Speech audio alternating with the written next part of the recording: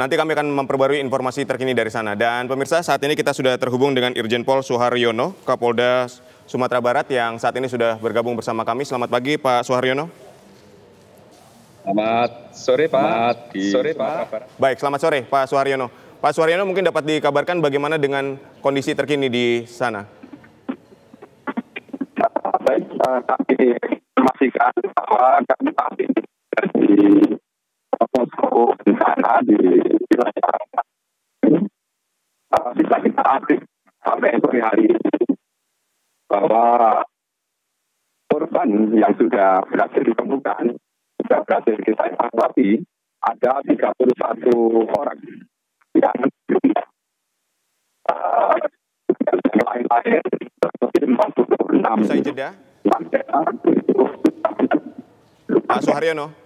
Baik, Pak Suharyono, audionya kurang baik. Nanti kami akan kembali menghubungi Bapak usai jeda.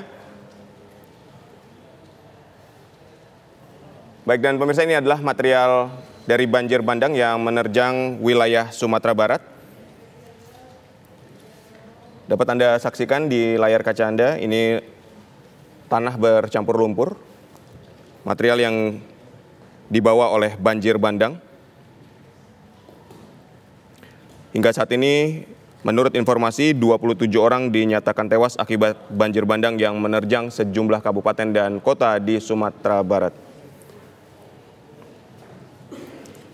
Kami akan kembali mencoba menghubungi Irjen Pol Suharyono, Kapolda Sumatera Barat. Tadi ada sedikit gangguan komunikasi. Selamat sore, Pak Suharyono. Ya, monitor Mas. Baik, nah ini suaranya sudah jauh lebih baik. Pak Suharyono, dapat Anda informasikan saat ini berapa jumlah korban tewas? Karena menurut Kepala Kantor SAR dari Kota Padang sendiri, kami mendapatkan informasi ini ada 27 orang tewas akibat banjir bandang di Sumatera Barat ini. Baik,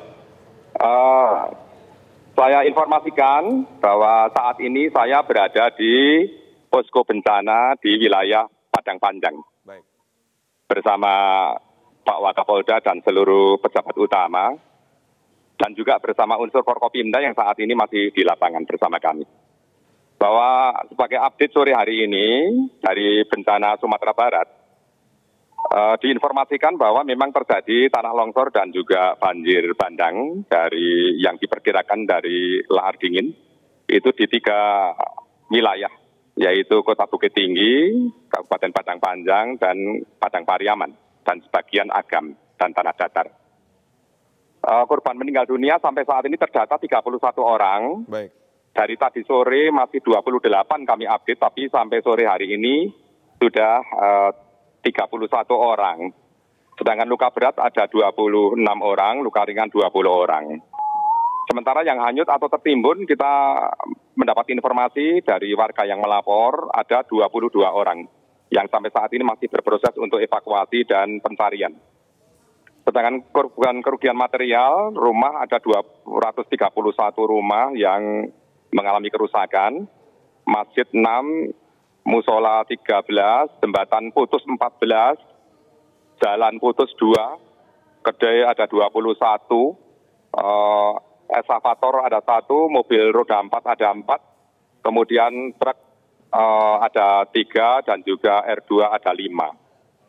Rincian pasti akan tetap kami update karena masih berproses, dan juga sejak tadi malam sampai dini hari tadi dan juga siang hari ini kami bersama unsur terkait lainnya sedang berupaya untuk meminimalisir dari kerugian maupun korban. Sedangkan korban-korban ini saat ini yang meninggal ada di beberapa rumah sakit, di antaranya ada Rumah Sakit Bayangkara di Padang, dan juga rumah sakit di Bukit Tinggi, serta beberapa rumah sakit yang sedang kami datakan sampai sore hari ini. Baik. Pak Suharyono, dari 31 orang yang meninggal dunia ini tersebar di wilayah mana saja, Pak? Untuk sebarannya yang terbanyak adalah di Bukit Tinggi. Itu ada 19 orang. Dan juga di beberapa yang lain rata-rata ada yang 7, ada yang 10, juga 15. Yang saat ini mungkin juga dari deteksi DVI di rumah sakit sedang didatakan lagi identitas para korban ini. Tetapi yang terbanyak dari Bukit Tinggi.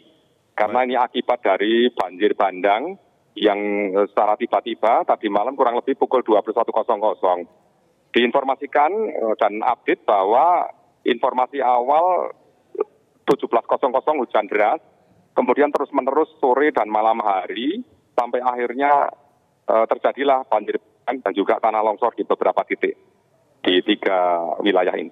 Pak Suharyono, kami konfirmasi sekali lagi untuk yang korban luka dan hilang ini totalnya berapa, Pak?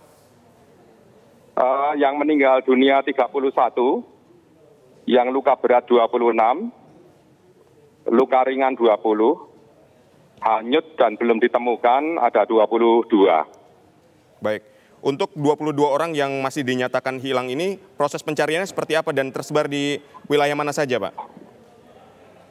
Rata-rata ini nanti seperti tadi pagi, siang tadi juga sudah kita lakukan, sudah berhasil sebagian ditemukan. Itu menyusuri sungai-sungai sampai ke muara. Karena kalau namanya banjir bandang itu pasti diduga korban ini kan larut hanyut ke bawah air. Baik. Dan kemungkinan juga mungkin ada di nyangkut di bagian-bagian di bebatuan dan lain sebagainya, sehingga dari Brimob tadi, dari Samapta, Polair, kita sudah kerahkan untuk menyusuri jalur-jalur sungai sampai ke muara. Demikian upaya kami lakukan.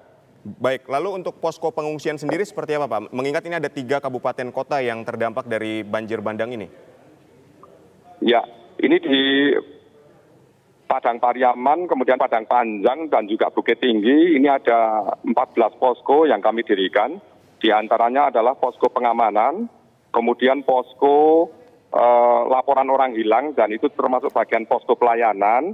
Kemudian posko yang mungkin ada masyarakat yang perlu bantuan untuk dapur umum dan sebagainya sudah kita siapkan. Dan termasuk kalau ada pengungsian. Tapi sampai saat ini untuk dapur umum dan pengungsian sudah kita siapkan, tapi belum kita optimalkan karena memang masyarakat yang membutuhkan itu belum ada. Kecuali baru posko pelaporan dan posko pengamanan, termasuk pelayanan bagi laporan orang yang hilang. Baik, Pak Suharyono, potensi terjadinya banjir susulan dan antisipasinya seperti apa, Pak? Baik, yang pertama adalah kami mengalihkan dulu jalur dari Padang menuju Bukit Tinggi itu melalui Cicincin, tanah datar. Dan juga kami juga masih memohon kepada masyarakat untuk tidak melalui jalur-jalur itu karena masih diduga andai kata sore atau malam hari ini hujan, kami mengkhawatirkan nanti ada tanah longsor atau banjir susulan. Sehingga kami upayakan menghimbau melalui media ini juga, masyarakat jangan melalui jalur-jalur itu lebih dulu, sampai menunggu situasi dan kondisi benar-benar aman.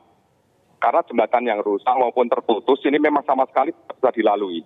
Sehingga di kilometer 64 sampai 67 ini pun di titik-titik bencana ini, di wilayah Padang Panjang, Padang Pariaman, ini pun kita alihkan di beberapa jalur alternatif yang ini akan dipandu oleh kawan-kawan dari lalu lintas. Dan juga ada ekspos di wilayah Sumatera Barat terkait dengan jalur mana yang bisa dilakukan. Akan tetapi sampai saat ini pun seperti sore hari ini sudah mulai mendung. Kemungkinan ini sebentar lagi juga hujan. Kami mengkhawatirkan akan ada tanah longsor maupun banjir susulan. Gitu.